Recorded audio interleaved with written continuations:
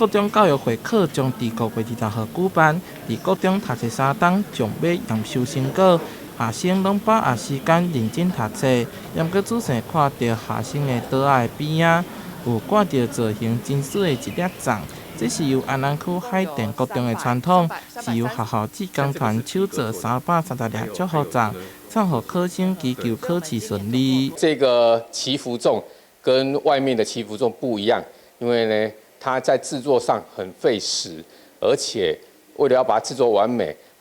要花很长的时间跟精力。那延续到现在第5年了。志工团找来无共图案的布料，拍板手做，特别绑着象征祈福的金光角，扎着满满祝福给学生。因为进前就是迄个学校主任，就是在过年的时候，就是圣诞节拢会买迄种，就是有粽子造型的包粽给小朋友吃，就是要祝福他们。对，而且我们今年又请他们吃了这个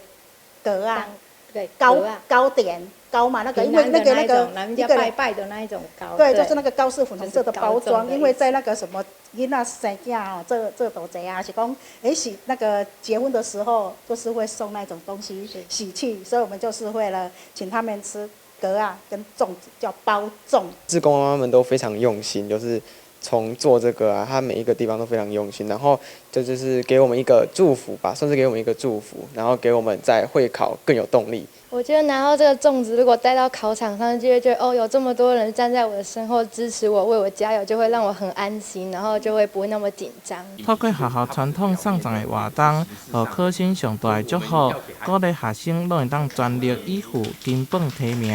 台南新闻杨顺怀采访报道。